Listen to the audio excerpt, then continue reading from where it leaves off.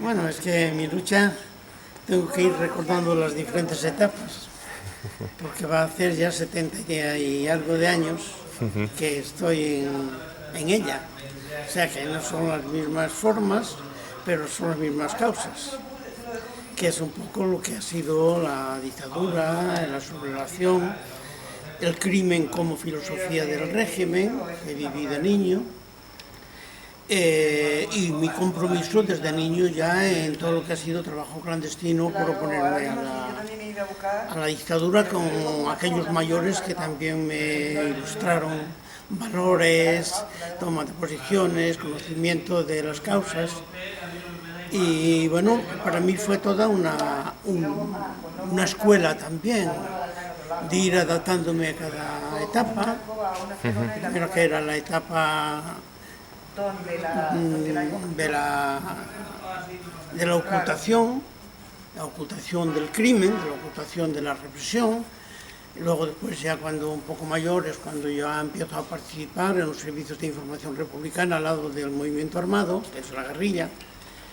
Y bueno, eso acelera también mi compromiso como persona y como colectivo, porque yo nunca actué fuera de colectivos. Incluso en la niñez, cuando creamos los primeros grupos de apoyo a los huidos, a los que se ocultaban, éramos varios en mi barrio, varios niños de mi edad. Y luego después nos hemos vuelto a encontrar en la segunda etapa, cuando ya estábamos organizados en torno al movimiento guerrillero y constituíamos lo que llamaban Servicios de Información Republicana, el SIR, que era lo que jugaba un elemento esencial en la orientación de los grupos que estaban ocultos, claro, en las casas. La guerrilla era una guerrilla más que nada urbana, entonces nuestra misión era abrir lugares que les pudieran recoger, investigar a los fascistas, donde habría que también tener algunos cuidados, que había que tomar represión, porque también hubo represión contra los agentes más destacados, y una serie de operaciones como sabotajes y otras cosas que fundamentalmente era el Servicio de Información Republicana que lo preparaba, aunque después actuara la guerrilla cuando era necesario, cuando había necesidad de fuerza armada. Y bueno, pues fue todo un entrenamiento para mí de saber en cada etapa cuál era la función. Cuando ya me descubre la policía, me incorporo en el movimiento guerrillero, pues uno más también, vivir en la clandestinidad, emplear las armas que nunca las había empleado y hacer frente al enemigo, un poco también tomando el ejemplo de mis compañeros que eran mucho más veteranos que yo. Yo aprendí mucho de mis compañeros, no solamente en el orden de la defensa armada, sino en los valores que defendían fundamentalmente, sus condiciones ya maduras, hombres que habían participado ya en varios actos políticos, y fue para mí una escuela. Y bueno, pues esa escuela se fue confirmando porque uno no sabe todas las cosas de una vez, las aprende en la vida. Entonces, en tantos años fui aprendiendo cosas, aprendí cosas en el exilio, adaptarme a una nueva situación después de estar en aquella ser un superviviente, hacer la síntesis, el por qué estuve allí y por qué estoy en otra parte, en un país extranjero. Y bueno, pues un poco el comprometerme con los mismos valores, pero con otra expresión. Estar en el extranjero, mirando hacia España. Yo milité siempre en el Partido Comunista. Es mi cultura desde muy joven, desde 15 años. Yo cogí contacto.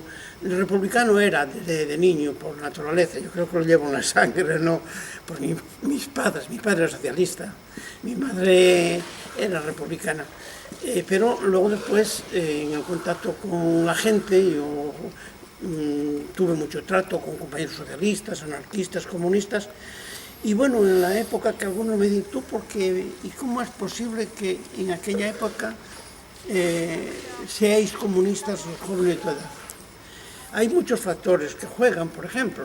No juegan solamente el hecho de tus convicciones ideológicas, porque son relativas, pero hay un contexto, por ejemplo, en los años 45 o 50, en donde ese concepto de comunista, no solamente porque Franco todo lo que era en contra eran comunistas, ya era un elemento que te hacía decir, bueno, ¿qué es esto? Y a buscar, ¿por qué? ¿Qué era eso? Pero luego después hay el contexto internacional, ahí eso lo que significa la Unión Soviética en aquel momento, y bueno, pues aquella exaltación en la batalla de Stalingrado, el triunfo en contra del nazismo, todo eso pues es, en un joven, eso le entra pues como casi como una obligación de adherir a eso. Bueno, eso acompañado a otras cosas también te despierta el interés de leer y de buscar. Y bueno, pues yo completé pues en la lectura, completar mis conocimientos de políticos en el exilio. He leído mucho, leí los clásicos marxistas, y eso me ayudó también a confirmar mucho más aquella adhesión que tenía, que era una adhesión de entusiasmo y de combate, ¿no? Y bueno, pues estar en ese partido con muchas reservas sobre algunos comportamientos, lo digo en mi libro, era así, pero atribuyéndolo a personas, no atribuyéndolo a una causa, a un ideal, a unos principios. Yo de los principios nunca he renunciado. Tengo mis reservas hacia algunas personas, aunque tengan el título de comunistas o de otra cosa, pero no de mis principios, porque en ellos estoy convencido. Y así esperé, pues me inserté dentro de la actividad comunista en el exilio, tuve cargos en el propio partido y participé mucho con los españoles de la generación del 60, del 50-60 que emigraron, en donde era mi pueblo, y yo trabajar con ellos, que eso era la misma causa, se iban por las necesidades que le había creado la dictadura. Y entonces pues trabajé mucho con los emigrantes. Inmediatamente, ya a los 2 años de estar en Francia, estuve en una comisión sindical de la CGT para hacer un trabajo hacia los españoles que venían frontaleros o que venían por temporadas, por ejemplo, como al arroz, a la vendimia y todo eso, para hacer un trabajo de convencerles de que la dictadura era la causa y, bueno, al mismo tiempo ofrecerles la solidaridad, que también ahí hay un referente muy importante de un sindicato no nacionalista, sino internacionalista con posiciones de clase, y que fundamentalmente la defensa de los emigrantes no era por tener ningún voto ni porque adhirieran a ningún proyecto nacionalista, sino para defender esa causa de inmigrantes. Eso me sirvió mucho también para sacar las conclusiones de lo que son una cultura más elevada democráticamente y donde las dificultades que en España encontré a la vuelta, porque todavía justamente faltan muchos elementos para abrazar de una manera más amplia ese concepto de internacionalismo y de defensa en una posición de clase, en el plan sindical, incluso en el plan social. Bueno, pues, y luego después yo eso lo hice paralela a una militancia dentro de mi partido. Luego después he participado también en el partido, en la organización en la organización del partido, llevándoles las posiciones del partido en toda Europa, porque había en Alemania, Suiza, Holanda. Eso me permitió viajar y conocer pues la gente que no iba mucho tiempo que yo había dejado, porque al fin y al cabo yo no era de los del 39, aquellos perdieron la guerra, pero siguieron con un espíritu de derrota, bueno, en general, no todos, pero en general. Los del 39 había un concepto de derrota. Yo había participado en la resistencia, tenía otra concepción, tenía más confianza en el pueblo. No catalogar como una manera muy artificial, que a mí me molestaba, decir, bueno, los que quedaron en España son franquistas, porque se quedaron allí. No, los que quedaron en España fueron los que sufrieron las consecuencias, más todavía que los exiliados del 39 del franquismo, que tampoco lo pasaron bien, ¿no? Que algunos fueron a morir a los campos de exterminio nazi, pero bueno, España no era franquista. Y los trabajadores podían ignorar algunas consignas, algunas orientaciones, pero no eran franquistas. Y la prueba es que estaban sufriendo las consecuencias del franquismo. Y eso me permitió pues, afirmar mucho más mis concepciones de clase, la clase trabajadora.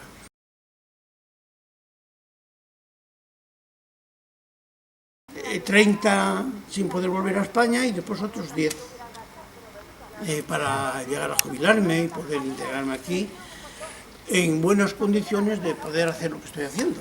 Yo me integro aquí en los años 90, pero ya estoy jubilado y entonces me puedo dedicar a una faceta de rescate de memoria sobre el pasado que, a mi entender, ningún partido en la transición lo ha asumido. Es mi posición crítica, con la autocrítica que me corresponde, porque yo sigo militando, entonces asumo también la parte que me corresponde como militante de autocrítica, pero que ahí estamos pagando las consecuencias de una entrega del botín de nuestra historia en la transición. Y claro, eso pues hace de que se hace más imperativo el tema de los matices sobre la memoria democrática. Recordar el pasado así simplemente no basta decir, mira este monumento, y decir hubo muertos, hubo franquismo, pero hay que preguntarse más, ¿qué significaban estos muertos? ¿Qué era lo que el franquismo, contra quién se ha sublevado el franquismo? Pues contra un proyecto que tenía unos valores que es necesario resaltar. No hace falta decir simplemente, bueno, nosotros ofrecemos un proyecto tal. No, hay que situarlo en el contexto histórico, porque tampoco hay que idealizar las posibilidades. Ofreces un proyecto a partir de una experiencia, de un conocimiento, y eso es la parte de conocimiento colectivo, que es obligación de los partidos que tienen un proyecto de futuro y de transformación, tienen que basarse no para repetirlo, sino para conocerlo para proyectarse. Esos matices, y yo son los que quiero más insistir en ese tema, porque es lo que muchas veces está menos claro, en el conocimiento social, porque incluso aquí hubo unas prácticas, después de la transición, por comodidad política y por justificar lo que fue la transición, lo que fue el olvido, lo que fue la ley de amnistía, que es la ley de impunidad al franquismo, ocultar que los protagonistas de la transición fueron los franquistas y que nos hemos acomodado. Bueno, que yo creí también que ese acomodamiento era conjuntural, era táctico, pero que íbamos a continuar. Pero no, poco a poco fue cayendo en que esa transición nos ha marcado de tal manera que luego después ciertas prácticas que se han desarrollado van a tono justamente con el olvido y con la ocultación de la verdad. Y yo me rebelo en contra de eso, dentro de donde sea, pero dentro de la sociedad. Aquí se hizo un ejercicio de memoria histórica en ciertos momentos, que es una parodia. No todas las asociaciones, pero muchas asociaciones se han creado con fines completamente mercantilistas, de interés, y que ese problema de, bueno, es que el pasado, hay un cierto rechazo al pasado, como si el pasado estuviera contaminado en el conocimiento de la sociedad. El pasado es conocimiento y hay que conocerlo. Y el pasado necesita también que, si hay democracia, pide justicia, y si no hay justicia, no hay democracia. Y no podemos decir que somos un Estado de Derecho en donde hubo una violación de los derechos humanos y en donde, bueno, pues se las han arreglado en esa transición para que eso sea un punto final, y entonces no sé quién tiene la responsabilidad en este mundo. La tendrán los muertos, quizás, pero los vivos tienen también una responsabilidad de reparar justamente el pasado, y no se repara si no hay la condena de como sistema, ya no digo como personas, porque al fin y al cabo las personas se mueren, pero como sistema. Fue un sistema que ha costado más de 1 millón de muertos y que ha dejado unas huellas culturales que hay que extirpar, porque si no las extirpas sigue justamente esa insolidaridad de las personas, ese odio, eso de hay que arreglar cuentas personales, como si las cuentas no fueran históricas y políticas. Y bueno, pues todo eso es un poco la misión que tengo en este tema.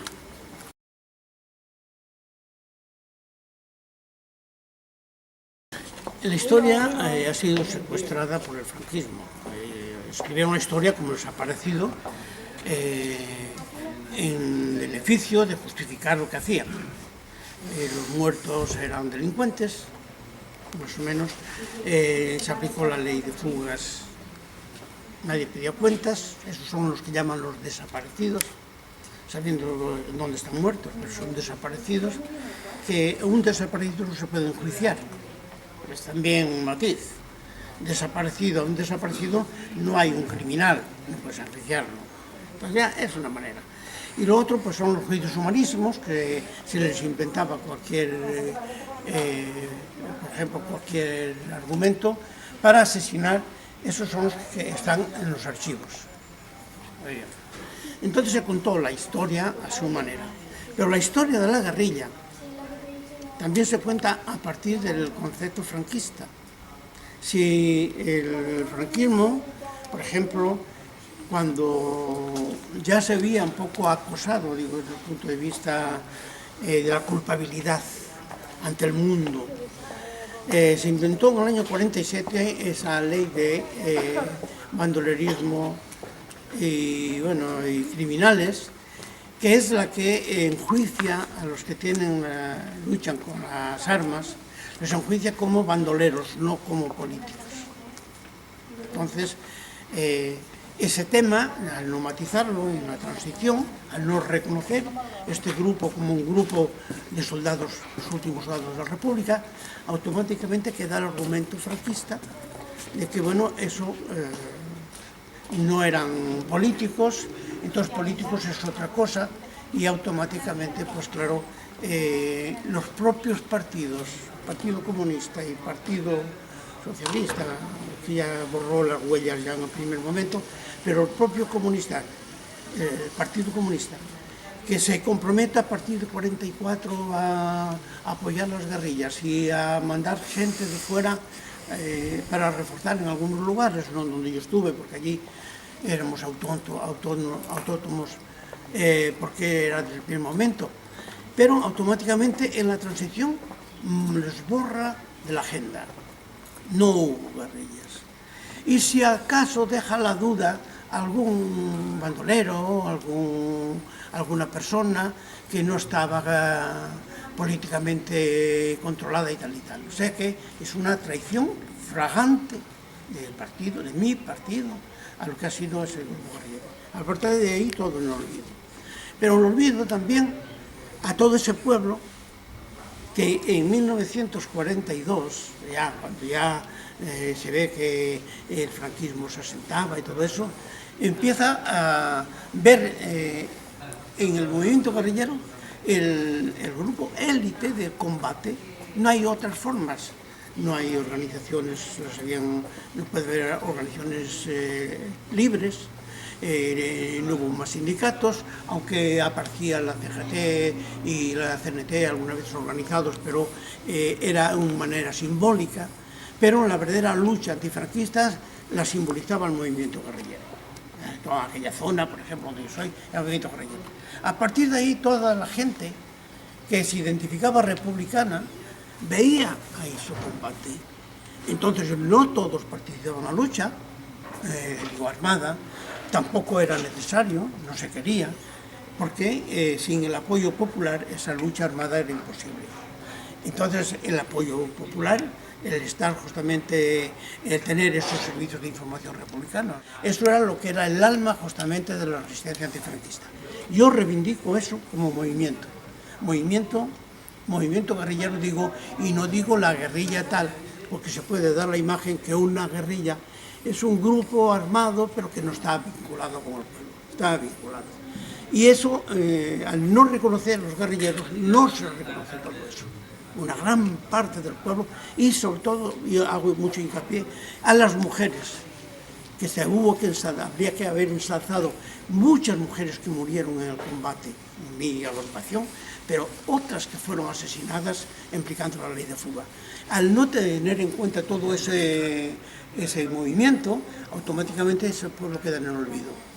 Cuando yo vuelvo a España en el año 77, mi obligación sentimental, política y todo, es de visitar una cantidad de gentes, de estas gentes que habían sufrido y que habían quedado en el silencio. Nadie habló de ellas, nadie les dijo que habían participado. Hubo gente que quedó, lo he visitado, que quedó de las torturas, ha quedado completamente deshechos, ¿comprendes?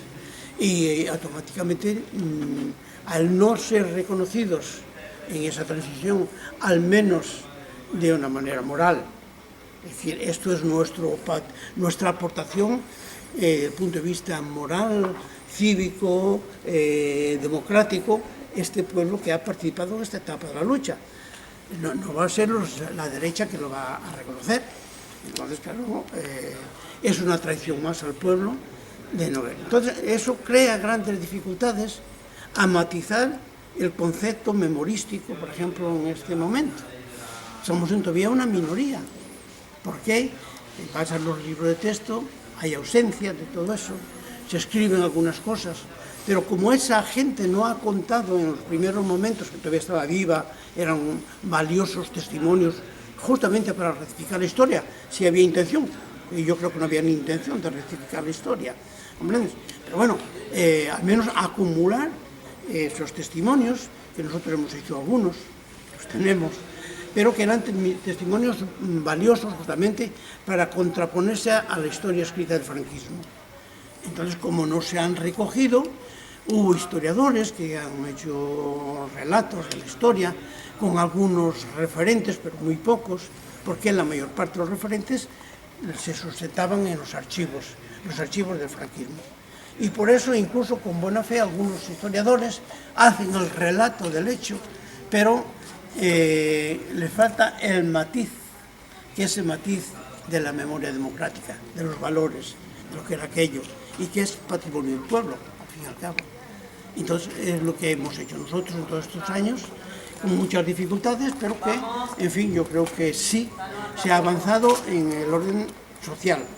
Hay mucha más gente que se mueve en torno a este problema, comprende mucho mejor el problema, pero las instituciones están todavía enterradas en ese pasado franquista, herméticas a introducir cualquier elemento. La prueba es de que incluso con las recomendaciones que se hacen en las Naciones Unidas, derechos internacionales de derechos del hombre, son impermeables y ya utilizan de una manera, en fin, chulesca y de potencia.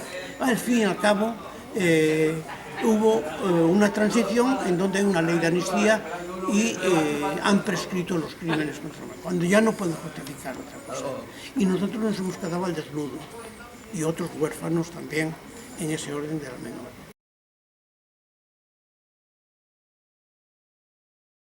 El compromiso que hay en la transición para un tipo de sociedad neoliberal,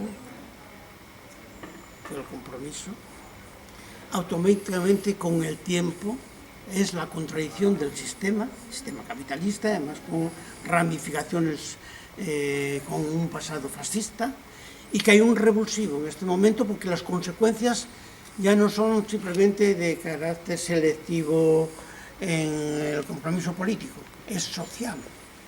Es una crisis social, una crisis de modelo de sociedad, y que acompaña a la crisis política. Por eso hay este revulsivo que nos sorprende, pero que es que el pueblo, que no comprendía a lo mejor algunos matices políticos, sí comprende cuando le llega la daga al cuello de que este sistema le impide justamente tener una perspectiva.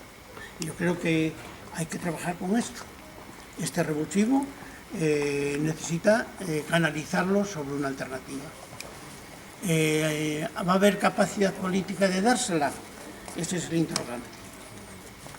Yo haré todo lo posible también por contribuir en esta etapa a encontrar esas alternativas que son ya de carácter general en la sociedad española.